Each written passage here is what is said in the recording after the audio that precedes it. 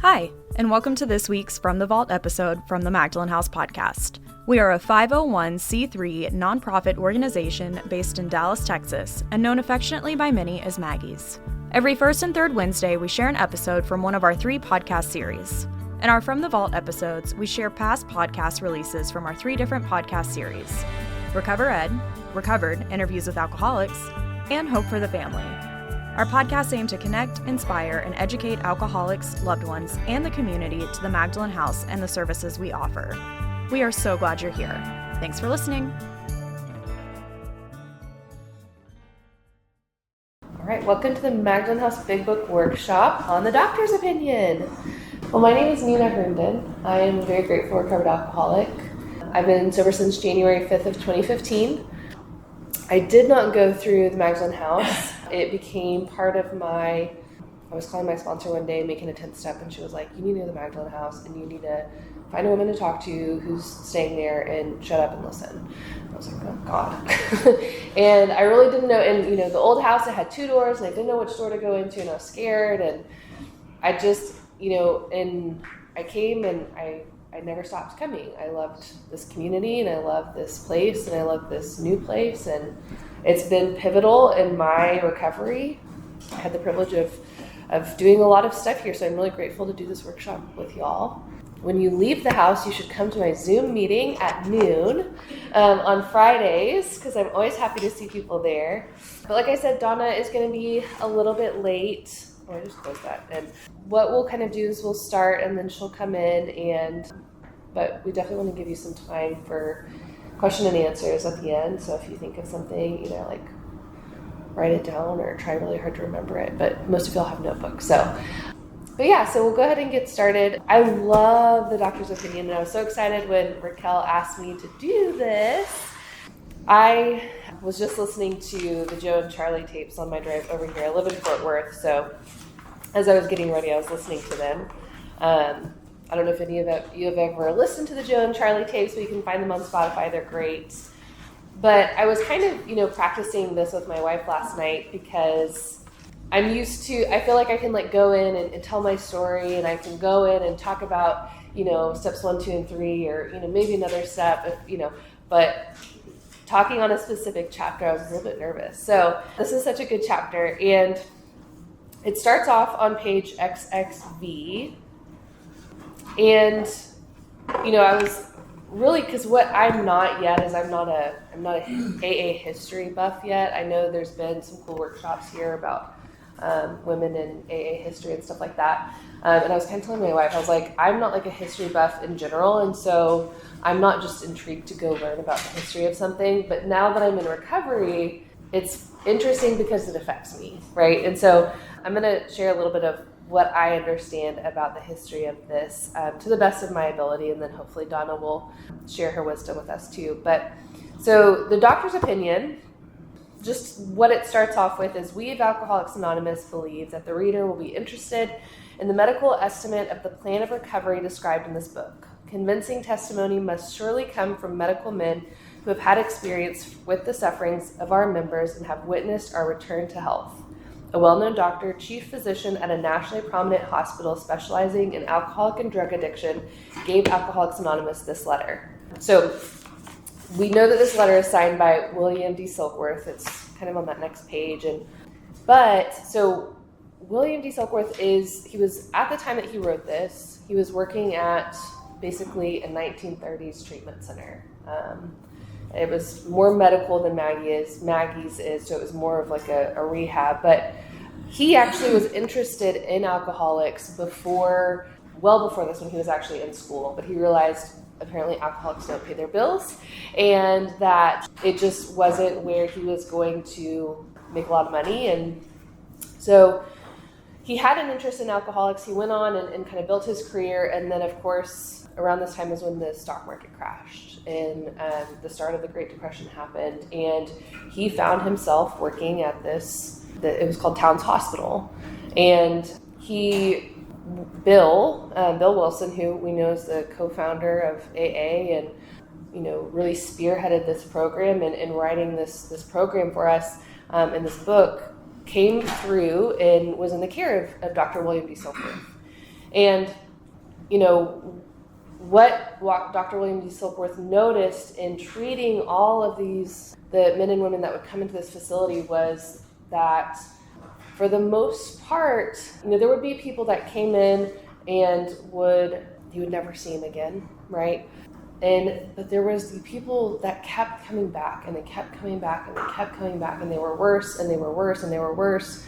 And as a doctor, he was already interested in alcoholics, but as a doctor, he was like wanting to help us, to fix us, right? Like that's why doctors generally go into that field, is because they want to help people, and they want to help people fix what's wrong with them physically or mentally, or at least find a solution. And he was having a really hard time. And so he starts off his first letter saying, to whom it may concern, I have specialized in the treatment of alcoholism for many years. In late 1934, I attended a patient who, though he had been a competent businessman of good earning capacity, was an alcoholic of a type I had come to regard as hopeless. And in this, he's talking about Bill Wilson. In the course of his third treatment, so this is his now third time, he acquired certain ideas concerning a possible means of recovery. As part of his rehabilitation, he commenced to present his conceptions to other alcoholics, impressing upon them that they must do likewise with still others. This has become the basis of a rapidly growing fellowship of these men and their families. This man and over 100 others appear to have recovered. I personally know scores of cases who were the type with whom other methods had failed completely. These facts appear to be of extreme medical importance because of the extraordinary possibilities of rapid growth inherent in this group. They may mark a new epoch in the annals, I don't know how to say that word, of alcoholism. These men have a remedy for thousands of such situations. You may rely on absolutely anything they say to you about themselves. So that was his first kind of letter that he gave to AA. And what they were looking for, what the first 100 were looking for, was somebody who medically could back up what they were saying in this book. Because they were doctors, and so they wanted the opinion of a professional medical person to write an opinion on this. And what I find really fascinating, and Joe and Charlie were really going into this, but this is it because it was written in 1939, a little bit around that time. They didn't have the medical research that we do now. We have so much more now, and even 20 years ago we had so much more than we did. But what this does is it backs up scientific research that we can now easily Google on the internet. Now we know not to Google and trust anything that we read, but this is based on factual. It is an opinion that we can now confer with factual information. So they were interested because the way that the doctor presented it, and I know you guys in Maggie's who've been coming to meeting after meeting after meeting, you're like, oh my God, the doctor's opinion, the allergy, we know. But this was such a pivotal point for Alcoholics Anonymous, and really what it did, really what Dr. William D. Silkworth was doing was he was giving legitimacy to what 100 drunks were writing, right? And the cool thing is in the first edition of the big book, like the very first time it was printed and it was sent out in 1939, he didn't put his name on it. He was like, yeah, I'll write you an opinion, but please do not put my name on that. Because he was worried for his reputation. We know there's stigma around alcoholism and addiction now. Can you imagine what it was like in 1939?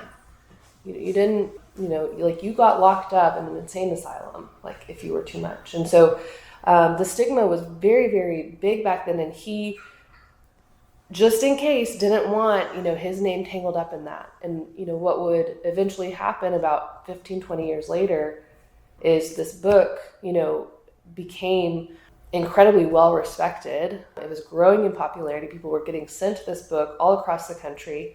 There was press being written about it. And so in the second edition, he was like, yeah, you can put my name to it. But he has so I'm going to go back to where I left off on the XXVI, right after his sign off. He says, the physician who at our request gave us this letter has been kind enough to enlarge upon his views in another statement which follows. In this statement, he confirms what we who have suffered alcoholic torture must believe, that the body of the alcoholic is quite as abnormal as his mind. It did not satisfy us to be told that we could not control our drinking just because we were maladjusted to life, that we were in full flight from reality, or were outright mental defectives. These things were true to some extent, in fact, to a considerable extent with some of us, but we are sure that our bodies were sickened as well. In our belief, any picture of the alcoholic which leaves out this physical factor is incomplete. The doctor's theory that we have an allergy to alcohol interests us. As laymen, our opinion to its soundness may, of course, mean little. But as ex-problem drinkers, we can say that his explanation makes good sense. It explains many things for which we cannot otherwise account. So, they are really interested that the doctor's theory of this allergy. And I was really enjoying the way that Joe and Charlie were talking about this, because, it was so interesting, and it was so new and profound, right? This allergy, this abnormal reaction. So if we go over to where he's writing on the next page, XXVII, it says, the doctor writes, the subject presented in this book seems to me to be of paramount importance to those afflicted with alcoholic addiction. I say this after many years' experience as a medical director for one of the largest hospitals in the country treating alcoholic and drug addiction. There was, therefore, a sense of real satisfaction when I was asked to contribute a few words on a subject which is covered in such masterly detail in these pages. We doctors have realized for a long time that some form of moral psychology was of urgent importance to alcoholics, but its application presented difficulties beyond our conception. What with our ultra-modern standards, our scientific approach to everything, we are perhaps not well equipped to apply the powers of good that lie outside our synthetic knowledge. Donna's here. Hi. That's okay. Come on in. That's my confetti. What's what? Confetti. The confetti. Hi, welcome. Sorry. You're okay. I know. I told them we would get started and then you would jump in. You look lovely. Thank you. You made it. You Here. survived 75. I did. Let me turn off my phone.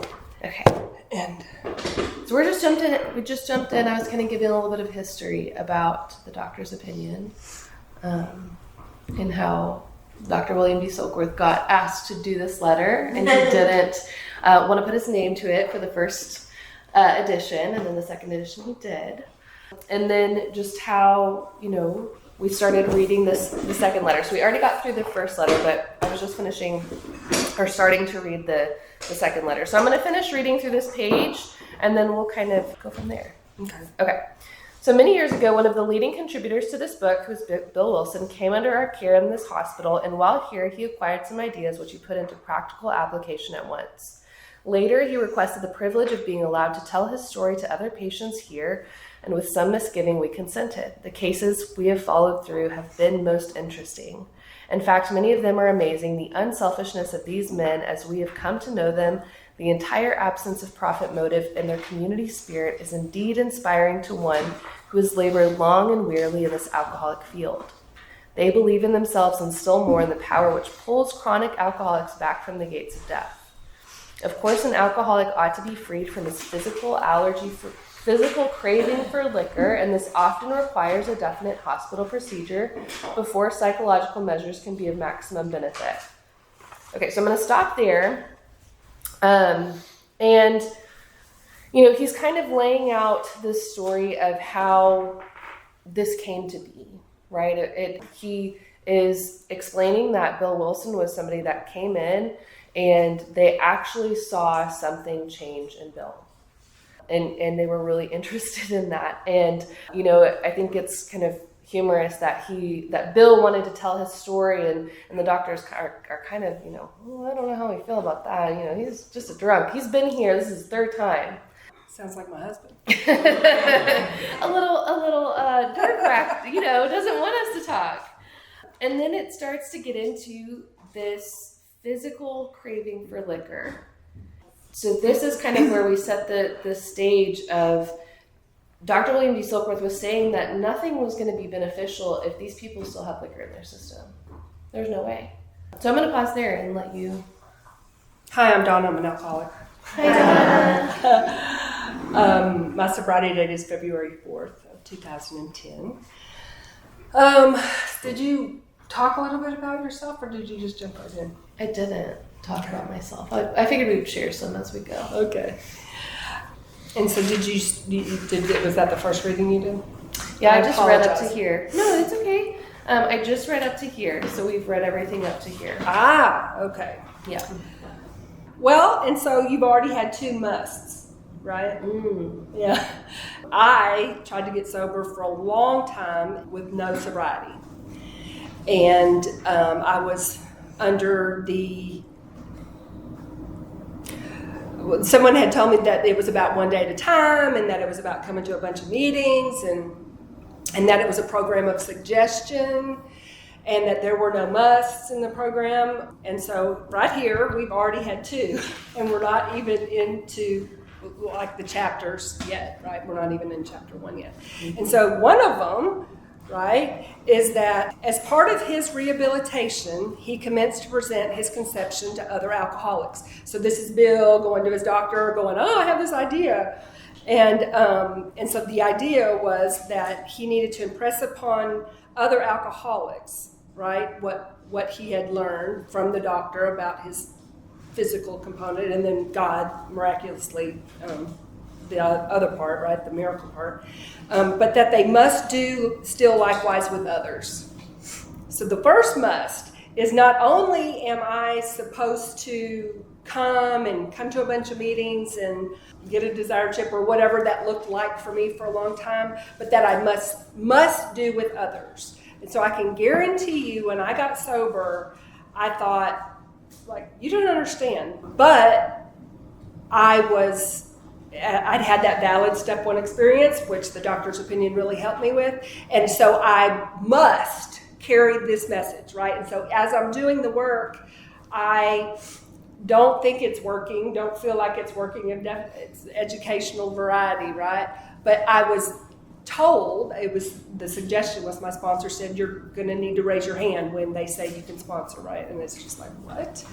But I must do this. So I just thought, whatever, like, no one's going to pick me anyway. And until it was like, isn't anyone ever going to pick me, right? And so it's just funny, but that first must, even though I felt unable or, equipped to do it, somehow in the process, the doing of that, right? Even I think I had some relief before I ever even sponsored anybody. But it was definitely a must, is that this isn't just something that I come and take. And so I always thought AA was like, oh, I need a meeting. I need to go, right? So that I can get something from it.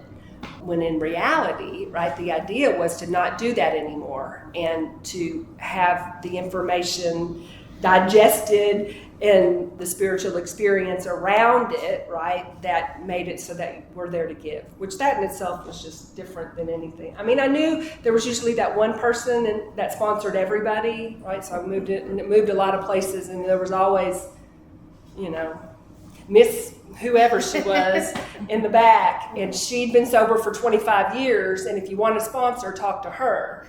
And then all of us, right, are relapsing every 3 days or every 3 weeks or whatever it was. And so now I know it's because the must was that she was doing that. The proverbial she, but. And then in this statement, which confirms what we who have suffered, and this is XXVI, the second must, it says, in this statement, he confirms what we who have suffered alcoholic torture must believe, right? And so at some level, I'm like, okay. But it says that the body of the alcoholic is quite as abnormal as his mind, right? And so I heard that. I'd heard this idea of it being a illness, a disease, an allergy, all those things. And I just thought, okay. But it's important, I think, that it's something that we must believe, right? What I'm experiencing when I ingest alcohol is not normal. It's not the normal reaction people have, i.e., it's a depressant, right? So my central nervous system is slowing down, right? You know, it's supposed to make you tired. My speech is starting to be impaired. Like all of these things are actually happening to me, just like anybody else who's drinking alcohol, but I don't feel it, right? When Susie, my coworker, right, drinks it and she's on the third drink and, you know, she goes to the restroom and she's like, whoa, you know, she's aware of what is actually happening, right? And the thing is, I don't feel that. Like my experience is very different. I feel more in control even, right? Like I don't even think I need a ride home anymore or whatever. And so it's just this abnormal condition that my body is doing. And so for the layperson, they're just like, what? But for an alcoholic, we go, oh yeah. I mean, it's this, I never wanted to do it. I didn't mean to do it. I was only going to have one. But because of the opinion being proven, right, to myself, like I had to test that opinion many times, but it proved to be fact. Yeah. And the allergy, it just, I think too, in the way that they give us this explanation, and I love what you were saying about how it just, I feel like I'm in control. And I remember one time my wife was like, yeah, you know, if I have like too many drinks, it starts to taste like poison. And I'm like, it tastes like water to me. The more that I drink it, but you know, this is this abnormal reaction, this allergy. And it gives a lot of, you know, I think, and the words that the doctor uses to this, it gives a lot of depth and weight to this because it didn't make sense that I could just be drinking so much because of my circumstances. And especially for me, when I no longer wanted to have that much to drink. Like I wanted to have that much to drink for a while. I wanted to have a good time. I liked who I was better when I was drinking than who I was sober. And so I wanted to bring that person out. But then I started to notice that people didn't like the drunk, sloppy girl that wants to drive herself home when she's absolutely wasted and making a fool and all this stuff. And I didn't want to do that anymore.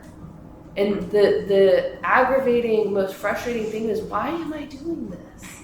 Why can't I just have 3 or 6? Like 6 was my sweet spot. That's all I want. I don't want to be, you know, and so this allergy that the doctor presents in this, it gives us, I feel like, something to sink my teeth into, because I could understand what was being explained to me about the mind. Like in my heart, I could understand it. Like I was like, yeah, that's me, but I couldn't like put the pieces together in my brain. It was very confusing to me, and maybe because it's centered in my brain. But the body thing, once I got over the hump of like, I'm not allergic to anything. Once I got over that, like I could see it. I could look back at my drinking and be like, oh my God, no one, like I see it now. I see all the funny faces that people were giving me when I was, you know, asking where we were going to go after the bars closed at 2 a.m. And they're like, I don't know, home. And I'm like, but there's no alcohol here, you know? So this, I really started to see these things about myself that I wouldn't otherwise have. And that was really helpful to me. And I know we haven't even dug into one thing. You said circumstances, right? And that's the other thing. So when my circumstances changed, right? So I thought it was because of the man and the job and the, you know, all the things, but then I would change the man and the job and the city and the, you know what I mean? And so that too, like it took me proving to myself, well, maybe it's not that. Because circumstances, unfortunately, just don't matter a bit, right? Otherwise, I mean, and to a hard drinker, which is so baffling to us because they drink like we do, but they still don't experience that phenomenon of craving, right? But they're like we were when I just like getting hammered or, you know, whatever. But given a reason, they can just stop. And we keep thinking like, I'm going to do that too when my reason's good enough. But then, you know, glug, glug, glug, husband number whatever, and it's like, when is it ever going to be a reason good enough? Number 5, you know that. Yeah. Once I get to number 5, it'll be better. So I'll just pick up where we left off, and then we can talk about it. Is that okay? Okay, so right there where we always read on XXVIII, we believe, and so suggested a few years ago, that the action of alcohol on these chronic alcoholics is a manifestation of an allergy, that the phenomenon of craving is limited to this class and never occurs in the average temperate drinker. These allergic types can never safely use alcohol in any form at all, and once having formed the habit and found they cannot break it, once having lost their self-confidence, the reliance upon things human, their problems pile up on them and become astonishingly difficult to solve. Frothy emotional appeal seldom suffices. The message which can interest and hold these alcoholic people must have depth and weight. In nearly all cases, their ideals must be grounded in a power greater than themselves if they are to recreate their lives. If any feel that as psychiatrists directing a hospital for alcoholics we appear somewhat sentimental, let them stand with us a while on the firing line, see the tragedies, the despairing wives, the little children. Let the solving of these problems become a part of their daily work and even of their sleeping moments. And the most cynical will not wonder that we have accepted and encouraged this movement.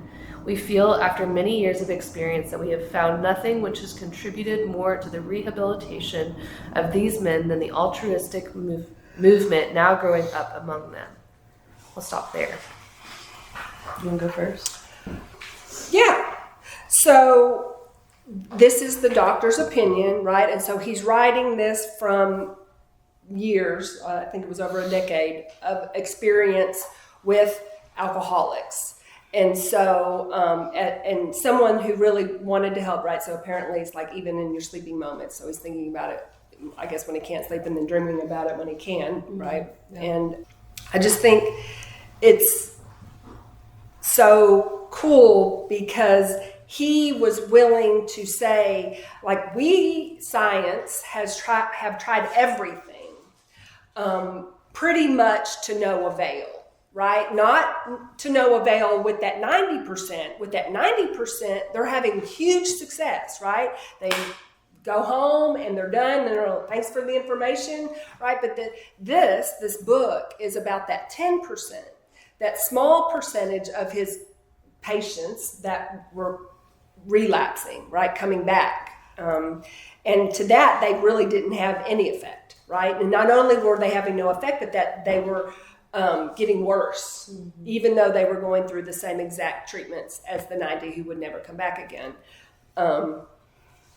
And so I think that is, it's interesting too, because like you were saying, like, why would you listen to this drunk who and why would that have any effect or whatever? Well, I don't know, but it does, right? This idea that God gave Bill, through work with Evie, right, a former sponsor, and then this doctor who had this physical component kind of locked down. But like my sponsor says, if the physical component were the only problem, right, then just stopping drinking would be the answer. Like once I was super sober, like 72 hours later or whatever, I would never do it again. But the fact of the matter is, when I pick up that first drink, I'm sober, right? It's not the physical component that's going to kill me. It's the mental. Mm. And I love that he adds this part about, like, if you think that what we're saying is a little bit sentimental or a little bit cheesy or a little bit like stand here and watch with us. Like what we are seeing, like they could not comprehend the fact that they could help the majority of these people that were coming into treatment, because we know people that end up in treatment, they're not always alcoholics or addicts. They were coming in and they were leaving and never coming back because they got the treatment and they were done. They're like, I sure as heck don't ever want to go to a place like that ever again. No, thank you. And that meant either moderating their drinking or stopping completely, and no problem with that. And then he's like, but these people, they keep coming back. They keep coming back. They keep coming back and they're worse. And, it's keeping him up at night. And he kind of starts to get into what this is going to go into. But I know to I don't want to say beat a dead horse, but with this paragraph that we always go to, especially here, I like to point out a couple of things that I learned about this. So an allergy is an abnormal reaction. I thought an allergy was something that I could physically see or experience. And I was really curious about what this word phenomenon meant. And phenomenon of craving is something that I can't experience with my senses. So I'm having this abnormal reaction that doesn't have any sort of like physical manifestation of it. And, you know, I used to think that the reason that I was drinking the amount that I was drinking was because I was changing my mind about how much I wanted to drink, or just saying, you know, oh, well, I don't have to shower tomorrow. I'll just, you know, sleep in, whatever it was. Like I thought that I was making a decision in my mind. But the way that we talk about craving in this program and in this book is it's something that's physically happening once I've put alcohol in my body.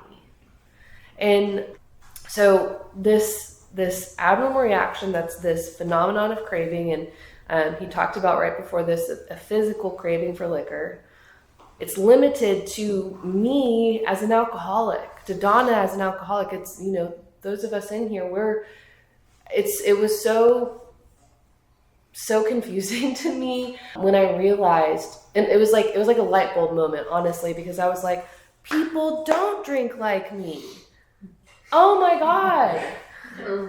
I get it. And I remember, like, my mom was the type of person that would leave half a glass of wine on the table because it got warm. And I'm like, well, okay, no.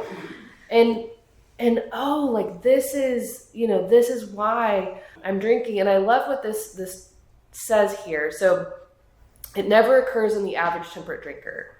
So it might not always occur. And for me, I drank out of the gates to excess. Like, that was me. However, there are women that I've met and I know come into Maggie's and that were able to drink with control for years of their life. But this is saying that this craving, this abnormal reaction, they tell us later that it's a progressive disease. It never occurs in somebody who's a non-alcoholic. And never is a very strong word, but so there are those of us as alcoholics who can get in here and say that, you know, they drink normally for 10 years, one glass of wine after dinner, and then all of a sudden they couldn't just stick to that one anymore. And then it says that we can't ever safely use alcohol in any form at all. I check my, you know, NyQuil, like I don't do NyQuil liquid. I stay away from mouthwash. Or vanilla cookies. They make imitation vanilla, which is great. Yeah. But I don't ingest alcohol in any other form. And it was why switching from gin, which I thought was my problem, hard liquor, to beer to wine was not working. Like it was not working. But I love this one sentence in this paragraph. Once having formed the habit and found they cannot break it. Because I think this, I call it like a red flag, I don't know, but I didn't realize that I had a drinking habit that I could not break for years. I wasn't interested in changing the way that I was drinking. I liked the way that I was drinking. But when I started to want to just go to happy hour and spend my $20, because I'm so sick of spending so much money at the bar, and I just want to spend my $20, and I cannot do that regardless of my job that I have, the people that I'm with, what I'm drinking, all of this stuff. And I beat this, and it will tell us later in, you know, page 31, it kind of really talks about this, but I will try a lot of ways to break this habit, because the last thing that I want is to not be able to drink alcohol, period. So yeah, I love to talk about those couple of things.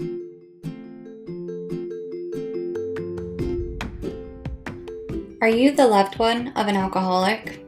Our family support group serves as a community for friends, loved ones, and family members of alcoholics to learn about alcoholism, understand how to help an alcoholic, and experience an improved quality of life, regardless of the alcoholic's recovery. We have weekly support meetings that meet virtually and in person, as well as a monthly speaker meeting. To find out more about our family support group, Visit magdalenhouse.org/family.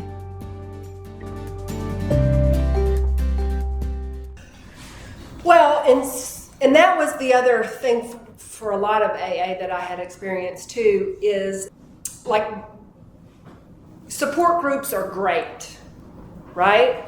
Having people that are going through the same thing is a wonderful thing. And that is enough sometimes. And like, I believe God can do anything, but sometimes it's not. And so this whole idea, right, this doctor's opinion, this idea of my disease, the disease, which, i.e., so when I went to treatment, my insurance paid because this has been proven fact. Like this thing was heresy in the beginning. The doctor didn't even want to sign his name to it because the his constituents or whatever in the medical field would have shunned him or whatever. How dare you say it takes God and there's nothing we can do? But fortunately, he was willing to do that. And that is because the physical component was so important. Step one, admitting I'm powerless over alcohol, right, and that my life had become unmanageable. Well, I was really, like an unmanageable life I could get my mind around, but the powerless over alcohol, it's not that I'm powerless over people, places, and things, or the many ideas that I got around that thought. It's strictly that I have the allergy, right? The only reason I know that I have it is because I tested it many, many, many times. And part of that testing it was trying to control it, right? Am I going to be able to drink just this? Or am I going to be able to only spend this much? Or am I going to be able to drink on this day and not that day? Or go here and not there? Or with them and not them? Or, right? So I'm going to try it multiple ways, right? And that in itself is a red flag, right? Most people do not have to try to manage their drinking. But that doesn't necessarily, like some people are like, oh yeah, that was a bad crowd or whatever, and they're able to, change their circumstances and then it gets better. I tried that repeatedly to where I, right, to myself knew that this was not about, who or where or how much money or, no credit card or whatever it was. Like I had told myself or admitted to myself that it has nothing to do with that. That for some reason, I cannot control my alcohol no matter how strong the desire or the wish, right? And I love that, but then at some times, right, every now and then we're able to pull it off, right? So for me, that was like on the first date or at the brand new jobs happy hour or whatever. And I would, but was I able to enjoy it, right? Because that's what it says, that we won't be able to control and enjoy at the same time. So it's not that I'm never able to control it. It's that if I'm controlling it, I'm not enjoying it, right? And I'm mad, pretty much. And so that in itself, this is self-diagnosed. That's the other thing. Like if there's someone who's wondering, am I an alcoholic? And that's really what this book was designed to do, to identify what the alcoholic is, what that looks like, what it doesn't look like, and then are you one?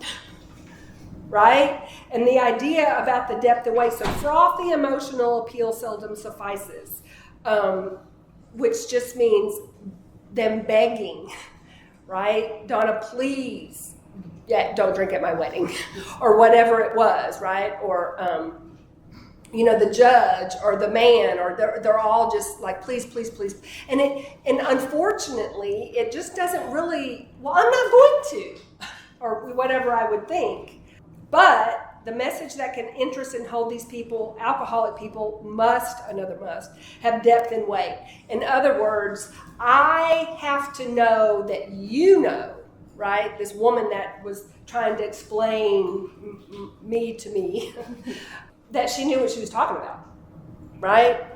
And it was just like, yeah. And she would tell me enough to where because if I don't think you know that you know, right, whether it was the judge or whoever it was telling me, I would think, what do you know?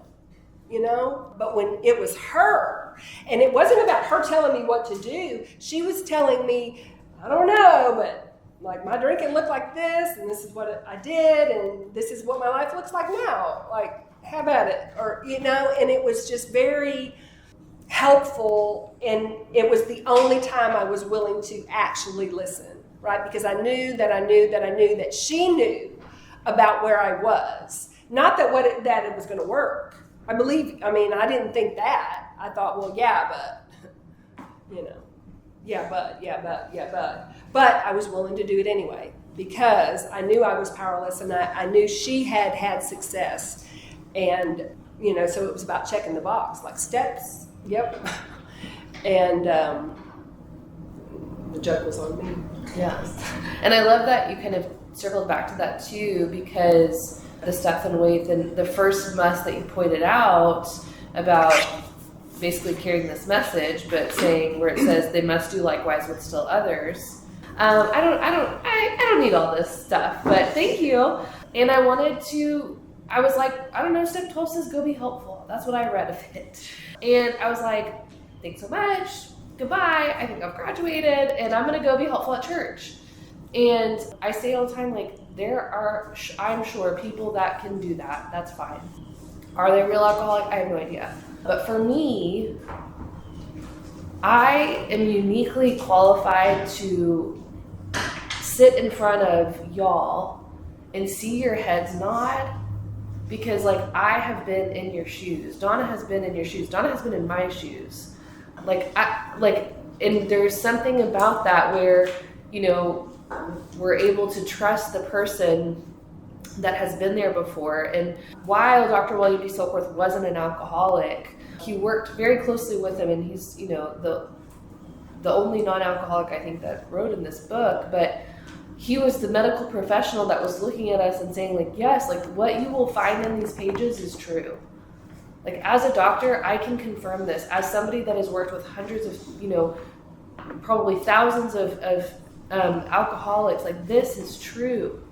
And so it's very important that I carry this depth and weight. And, you know, as a sidebar, I say, you know, like, it is so scary to feel like you're going to carry this message, and you're like, I don't know what the heck I'm going to talk about. I don't know how I'm going to help an alcoholic. I'm only 30 days sober. How am I going to, like, you are uniquely qualified. Like, you have this depth and weight that can interest somebody who has the same bodily and mental difference that, honestly, like, there's plenty of counselors and psychiatrists that study alcoholism and addiction, but if they aren't one, they can't speak our language. Like, you speak a language that is exclusive to alcoholics, which is really important to know. And that was kind of a tangent.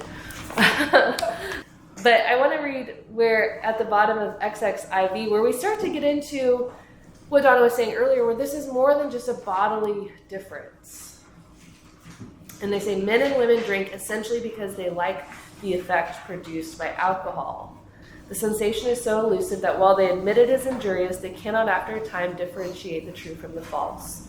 To them, their alcoholic life seems the only normal one. They are restless, irritable, and discontented unless they can again experience the sense of ease and comfort which comes at once by taking a few drinks which they see others taking with impunity. After they have succumbed to the desire again, as so many do, and the phenomenon of craving develops, they pass through the well-known stages of a spree, emerging remorseful with a firm resolution not to drink again. This is repeated over and over and over and over and over. And unless this person can experience an entire psychic change, there's very little hope of his recovery. So I laughed at what I was listening to with Joe and Charlie, because where it talks about men and women drink essentially because they like the effect produced by alcohol. I would tell you that I drink IPAs because of their taste. But honestly, I was looking for the beer that had the highest alcohol by volume, and it was always IPAs. I love what alcohol does for me. And it might be the taste is intriguing, but you know, the way that on Joe and Charlie tapes, the way that they put it, because I don't know which voice is whose, But he's saying, you know, I love the taste of mountain spring water. I love the taste of beer, but I don't ever finish a case of mountain spring water. And I'm like, yeah, I love the taste of, you know, Starbucks coffee, but I'm gonna stop after like maybe 2, if even that much. Like I'm not gonna go. It's not that. Yeah. I've never drank 24 Sprites. I just love the taste of it so much. Can't get it up. Well, and this is one of those too, and it says that the sensation, right, what I'm feeling, what I'm experiencing, is so elusive, right, that while that I can admit it is injurious, in other words, I have injuries. Like I can admit that I'm not always very good at drinking, you know, I have proof of that, but that I can't differentiate the true from the false. The truth is, yeah, but now that I know that, I wouldn't make that mistake again, or right, and that is starting to get into this idea that it's more than just the knowledge of this disease, right? I know that I have this thing, and then on day 3, my brain goes, no, you don't.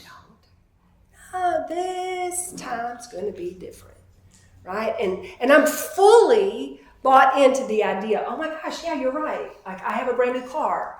I would never do that in this car. Or, you know, I mean, it's making perfect sense to me because I can't differentiate. I can no longer tell really just my reality, which is chances are if I take one sip, you know, that I'm going to burn it to the ground. And that's just as likely as I'll make it home on time. Like those two, like it's a toss-up. There's not. Yeah, well, and then I love how it says that this happens again, over and over and over and over, right? That idea that waking up, you know, we're remorseful and the firm resolution, never, right? Like how many times did I do that over and over again? And that's part of it. And I know there are people that come and they get sober the first time they try, but I believe too, it's because that willingness to admit defeat just happened a whole lot earlier for them. You know what I mean? Like I was going to prove them wrong or prove myself wrong or whatever it was. Stick it to them. Yeah. I love this part where it talks about where it uses the words, they are restless, irritable, and discontented. And honestly, I think the best way to describe that is like, I feel uncomfortable in my own skin without a drink. Like I feel, I'm on edge. I'm anxious. I'm like scared. I'm, you know, tapping my finger. I need it.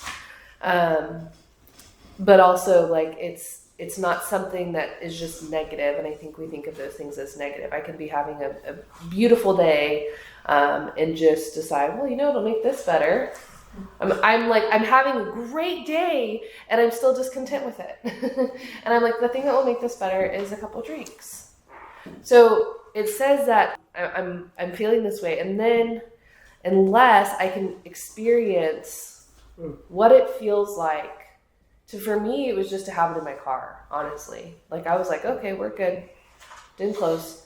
That comfort, that ease, that like, I am going to be okay right now. And, you know, it comes with that, like that first couple of drinks from my glass, or it's just that it's in the car. And these drinks that I'm having, I see other people drinking with impunity, which means without consequence. My roommate, so when I first got sober, I was living with a roommate who she could go, like, she would party really hard on a Friday night, and then she wouldn't drink again for like 3 weeks. And then, you know, she would be like, oh, I'm going to have a glass of wine with dinner. And then she would just, you know, like have like 3 drinks out when we were out. And I'm like, I just have to figure out how to drink like Danielle. She doesn't have consequences. She drinks the way that I want to be able to drink. I want to be able to. And so I'm looking at other people. And then, you know, I was also surrounded by a lot of people that that drank a lot. Like I was working in the service industry, and we would go out every night, whether it was a good night or a bad night, and people would drink for drink with me. And I'm like, yeah, cool. Like I just drink like these people around me. And then they would get a new girlfriend or a new job or have a baby, and all of a sudden they're like, yeah, I'm just going to come out for 2 drinks and then I'm going to go home. And they would, and I would be like, well, maybe I need a new job or a new baby, or, like, thank God I didn't have a baby to try and make that happen. But like, maybe I just need these things. And so then it says, like, after I've succumbed to this desire again, so that's that mental part, the desire, as so many do. And then, so I'm drinking because I've succumbed to it. The phenomenon of craving develops, and then I go through this spree that I've been through over and over, and it's well known. And then I come out of it, and I'm like, oh my God, like, I can't keep doing this. I am so tired of being hungover. I'm so tired of losing my phone. I'm so tired of getting sent home. I don't want to do this anymore. And I truly mean it whenever I say, I meant it whenever I say. So I'll go again and I'm going to say, just like Don was saying, I'm just going to have a few. And then it became like, I really can't do this anymore. And I remember the first time I thought, like, I don't think I can drink anymore. I was like, oh my God, that's crazy. I'll just have one. And I knew, like, in the back of my head that having one was not going to work. But I was still convinced that that was what I was going to do. And so I keep waking up, and I'm like, whether I'm swearing off of the gin or the wine or the people, or like literally saying, like, I cannot drink anymore, I do it again. And I'm back in this spree, and I've been here before, and I'm so sick of it. And this is, you guys, when I started to really feel like I was crazy. Like, I thought I was just like, well, this is me. Well, and so that's right where it says, and unless, right, we're at the top of XXIX, this person can experience an entire psychic change, there is very little hope for his recovery. An entire psychic change is a big deal, right? So, and I always thought that was just about changing how I think about alcohol, right? Surely that's what that means. But that's the, like the bottom part where it's real, like small print or whatever, is I can't do that. Like, no matter how I try, or no matter how much great information I get that is applicable to me, I cannot somehow get from where I think, well, but why would I ever do that? I'm never going to do that again. I'm not going to, I promise, or what, and to an entire psychic change to where the reason I'm here, right, and, walking embarrassed and getting on camera and say it is because I am going to do it again. Like, my truth is that I'm going to do it again. Like, that, me left to my own devices, right? I am no longer crazy or whatever about this idea that I'm going to be able to somehow understand something enough or do something enough. And whether that's sobriety or the program or drinking or whatever, right? Like, there's something beyond me that I cannot achieve. And that's why I thought it was so interesting when my sponsor would say, when I started this process and did the steps, and she was like, you don't have to worry about not drinking anymore. And I just thought, well, how's that going to work? I mean, how am I not going to drink if I'm not thinking about not drinking, right? and just as elusive, right, as it is to someone who has not experienced the phenomenon of craving, that strong, just hating yourself, knowing you're not going to do it, waking up and saying, I won't, right? And then yet, later that night or 5 minutes from then or whatever, you know what I mean? Because my husband will say, like, what do you mean you can't stop? Like, after one, what does can't stop mean?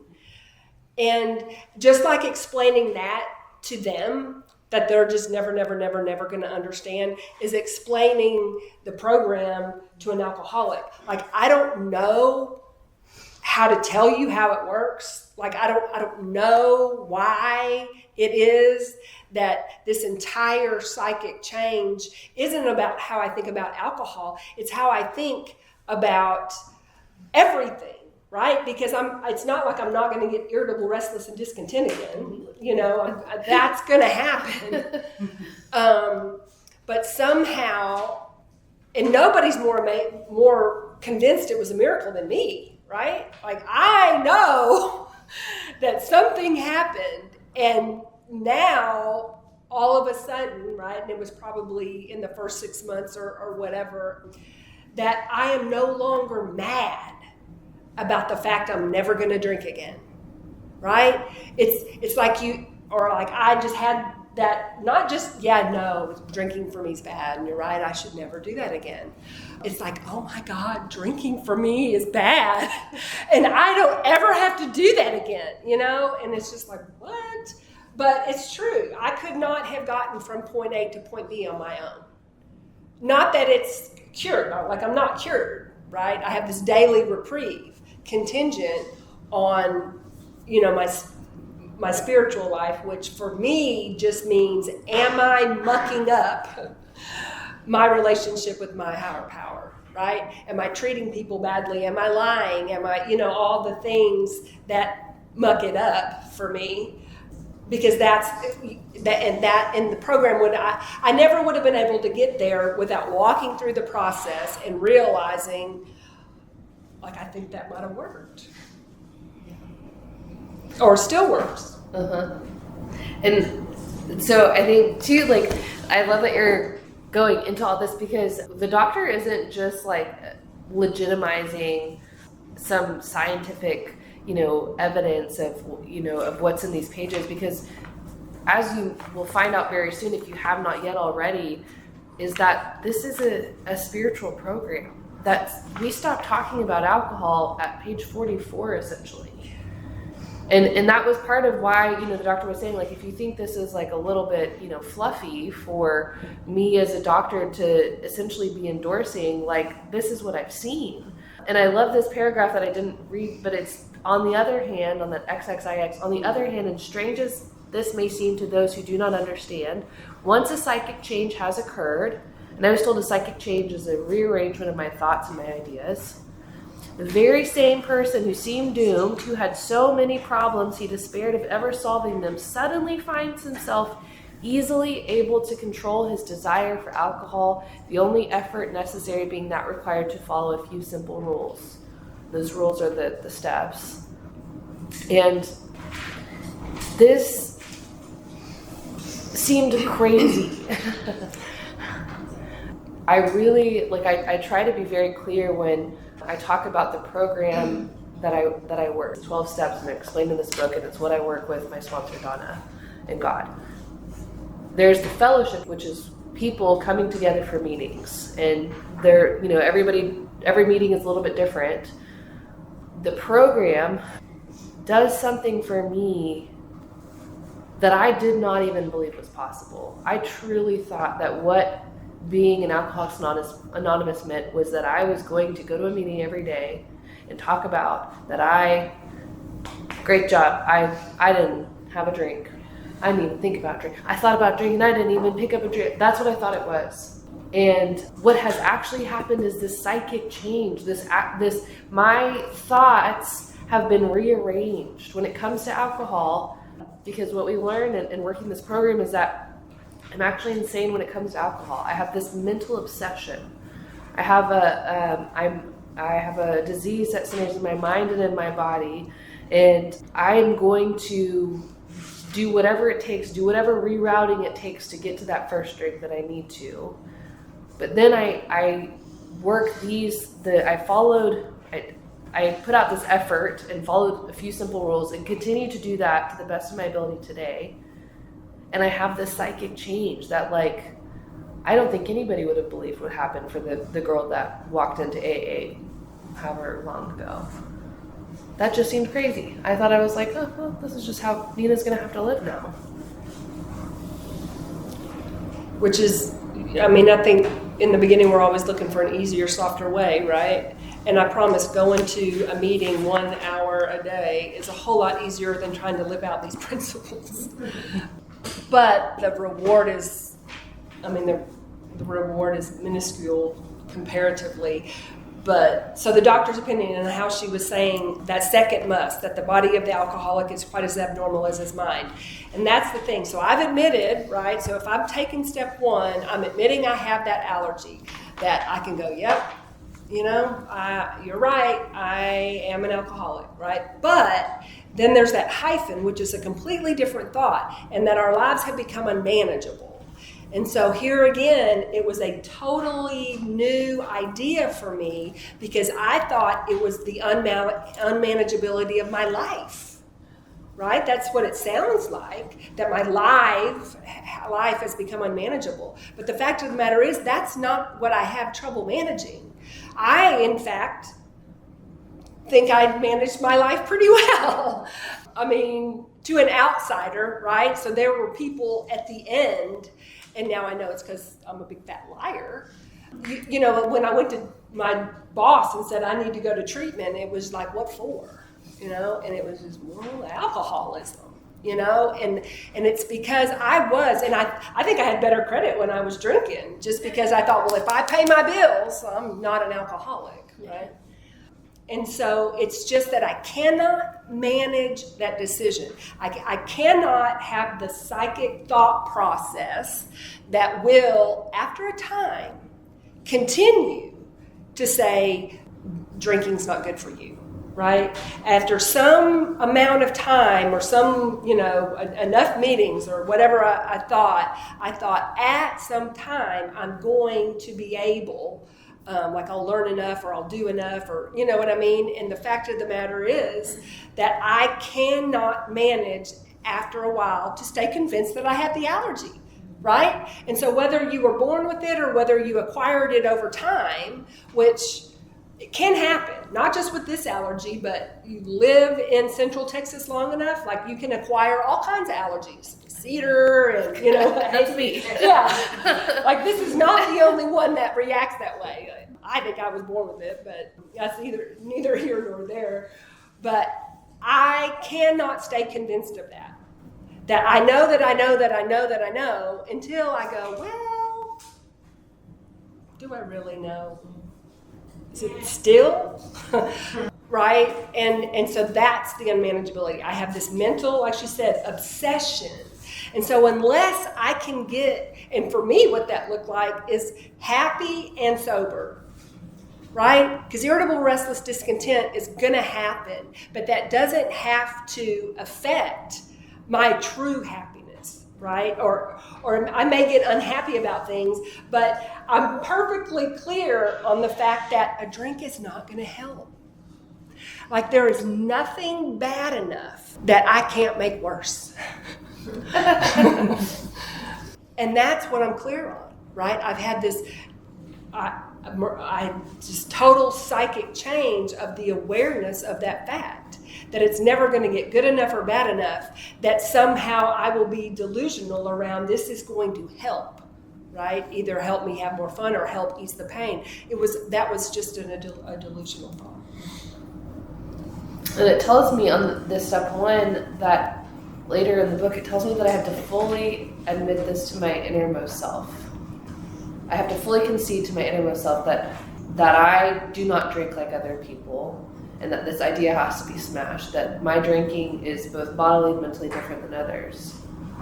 And, I think and further on in the doctor's opinion, he gives a lot of different examples of what alcoholics are like. We are different people from all walks of life.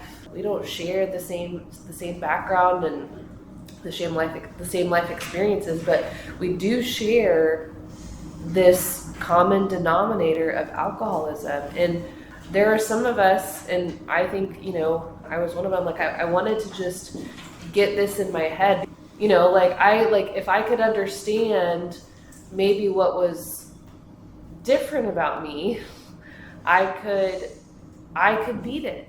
And it talks about, it gives us a lot of this in this book about like how I have this obsession to figure it out, to figure out how to drink regularly when it's... Can I interrupt you right Yes. there? Just because when you said that I had this idea I could beat it, Yes. and that in itself, okay, beating it was not to do it anymore.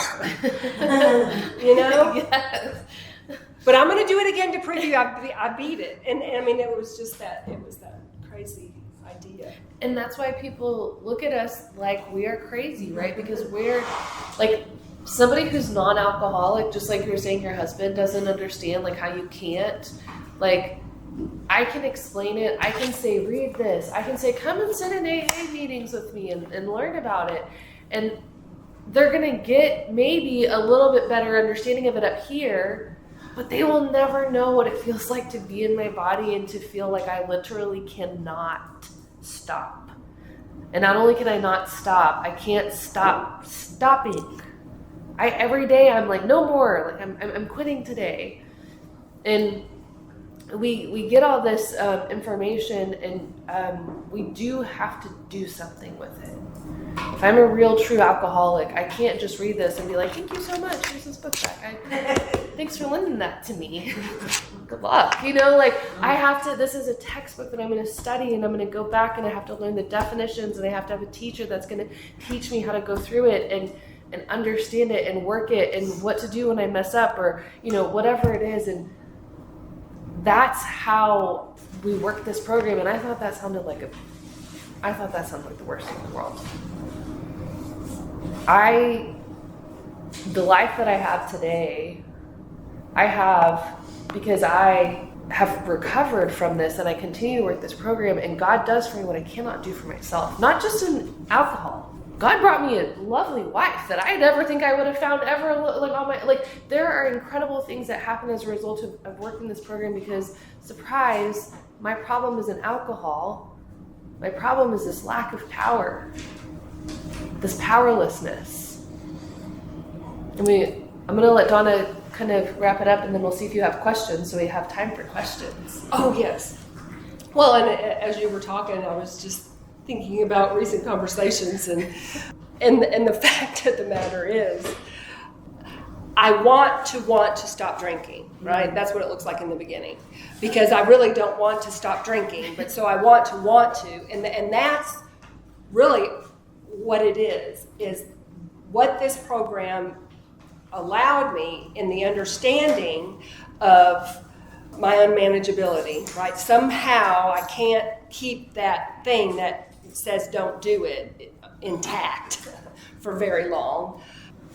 Is I'm going to, and now I've just kind of lost my thought, but not getting my way, right? That's what it really is. And that still happens all the time.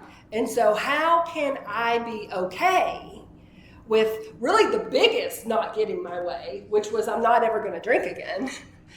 But I lived that out in the fact of, if I can do that and somehow God make me see life is going to be okay, then on that daily reprieve is just the little not getting my way that I go through all the time, is just, if I can chip away at that, right, and realize that is my problem. Like, to my core, I'm not okay if it's not coming off the way I thought, or the way I hoped, or the way I prayed for, or whatever I think.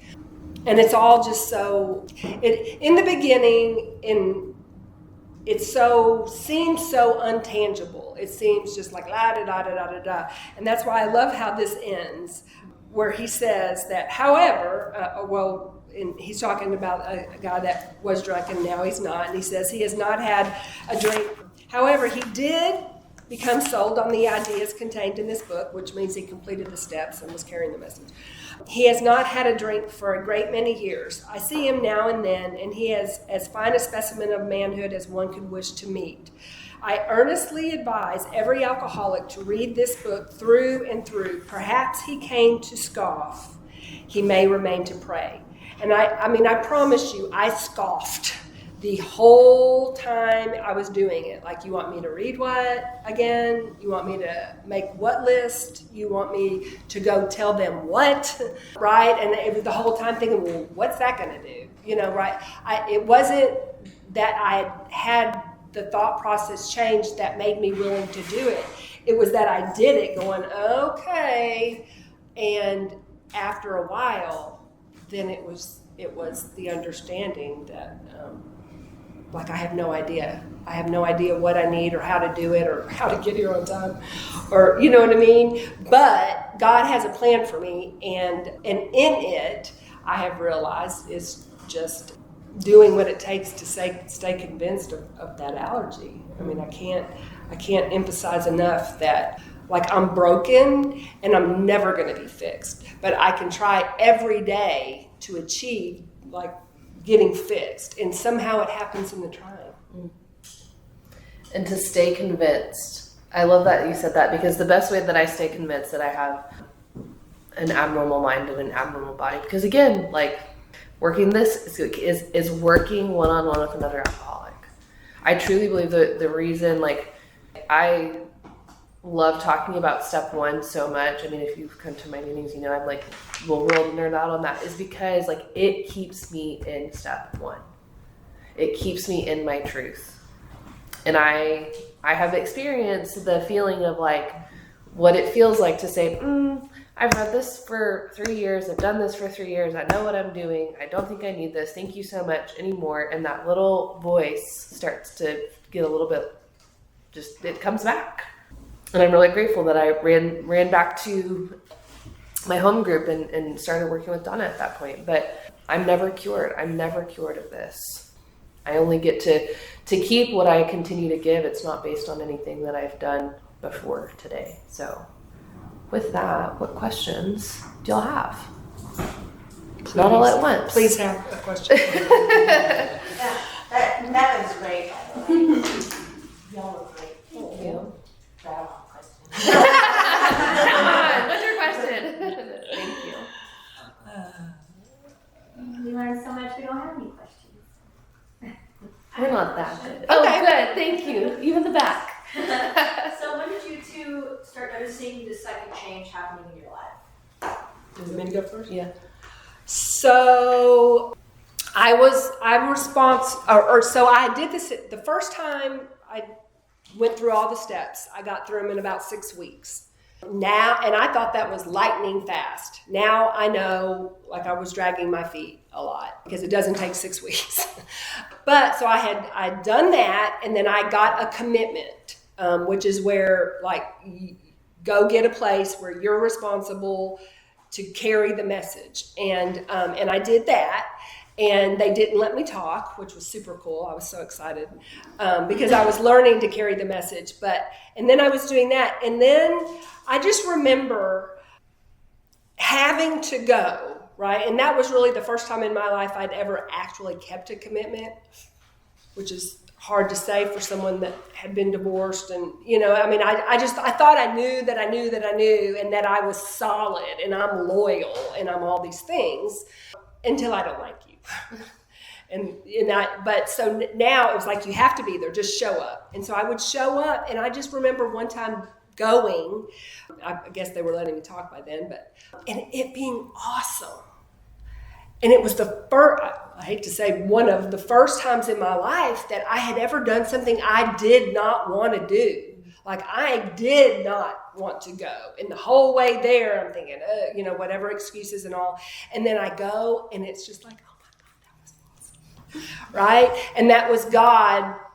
That was as real to me of just that whole idea of, like, don't worry. You just do what you can, right? Show up when you say you're going to be there, which now looks like just keep your word, or, you know, whatever. So, and then I'll do the rest, right? I cannot somehow not drink on my own, but I can do my best to try to show up and to, you know, keep my word and not lie, cheat, and steal, and all the things that I was able to do before.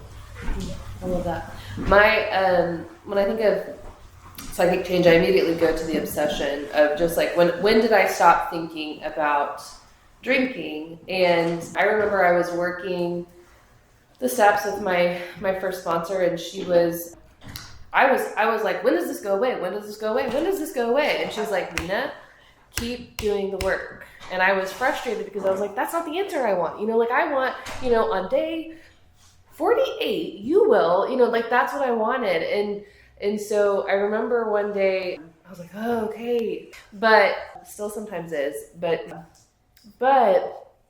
I remember one day I was just sitting and I was probably a couple months sober. I really wish I knew. I have a terrible memory, but I think it's also why it's so important for women who are newly sober and have worked the 12 steps to be active in carrying the message, because you have something that we don't. You have something that where you can sit in front of somebody who is 3 days sober and you're like, guess what? I'm 33 days sober. And they're like, really? Y'all know that? Like, y'all know what it feels like to meet somebody that's in that position. So I digress off of that, but I don't remember what it was, but I remember I all of a sudden thought, oh my God, I haven't thought about alcohol. And I couldn't believe that, because every day, and I honestly, I think it's one of the hardest things about working this program when you first get sober is that your brain is still like, alcohol. And you're like, this is a joke. Like, you're lying. I don't know what you're saying. And that's why I was like, sponsor, when am I going to feel better? And I was like, oh my gosh. And for me, I have an outside issue that was also a big thing for me. And for me, that was a year. It was a year. And I remember I was on like a vacation, and I was thinking about how like I was still like having these like obsessive thoughts, and I just was frustrated. And then at a year, I realized that was gone. And I know like it's different for all of us, but the thing that I was told was to just keep going. And in keeping going and I was also going to this commitment that I was like, oh God, I hate this stupid commitment. I was going to this place where women lived. It was a sober living, and I was like carrying the message with my sponsor, and she kept asking me to like share things, and I was like, I don't know what I'm supposed to do sharing. But I kept doing that, and it's still, to me to this day, like when I go and carry the message to where I go is greenhouse, and I'm like, oh, I'm so cozy and comfy, and I don't want to get on this couch, and I do the thing that I don't want to do. I leave that, and I'm like, I am walking on sunshine. And it doesn't always feel like that. I mean, 99% of the time, I feel like it does after I leave something that I did never want to go to in the first place. But like, I am continually in awe of what is happening in my mind as a result of working this program. Even stuff that has nothing to do with alcohol, but it has everything to do with me being selfish and self-centered. And I think exactly what she's saying is referring to the educational variety. It's not like I was like, oh, I did something I didn't want to do, I'm never going to drink it again. It was like you slowly realized, like, wait a minute, that it had already happened and I didn't even know it. And it's not like the awareness of it happening, it's the awareness that it had happened and I didn't notice. And that was kind of the educational variety. Not that I also had, kind of that moment too, which came after that, after I had kind of changed the way I was living. But so yeah, it's same for, it's different for everybody. So but I have heard, and I do now believe, and this used to make me mad, that if you don't know if you've had your spiritual experience, that you haven't had it. Spoiler alert. Yeah. Bummer. But I think it's true. Yeah. And it's also true that you get to have many more spiritual experiences and psychic changes as you go through the program. And aren't they usually while you're working with someone else? Mm-hmm. I've had like a spiritual experience down on my knees saying the third step prayer. Not when I said my third step prayer. That was like, I don't think that worked. But since then, right, like I could feel the power of God and all that, and then probably drank again. But it was real for me. I felt it. Anybody else? Thanks for the question. I just have a comment. My name's Romy. And I just want to say thank you for like expressing that you weren't 100% super excited and pumped about every step of the way, because like I feel like because I'm not super excited and pumped about every step of the way, so I feel like by that way of thinking, I'm thinking, well, maybe I don't want it bad enough, therefore I'm not going to get sober and I'm going to drink again. So thank you for letting us know that.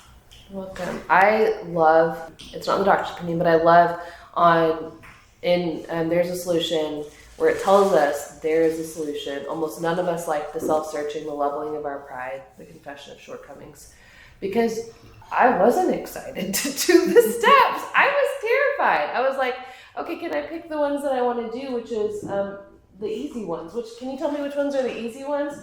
I wasn't skipping to do the 12 steps. Even when I had to rework the steps, I was just because of getting a new sponsor, I'm like, oh, I have to rework the steps again. It's uncomfortable, and it has nothing to do with your willingness. So. Well, and I always thought it was about doing it right. Like there was something about I didn't do it right, or I'm not going to do it right, and all that kind of stuff. And there's not. Like there is no wrong way to do this or work a program. There's only not doing it. Thanks for being here, y'all. We hope you've enjoyed this From the Vault re-release of the Magdalen House podcast. Tune in every first and third Wednesday for a release from one of our 3 podcast series. To learn more about the Magdalen House and the services we offer, visit magdalenhouse.org or follow us on your favorite social media channels by searching for the Magdalen House.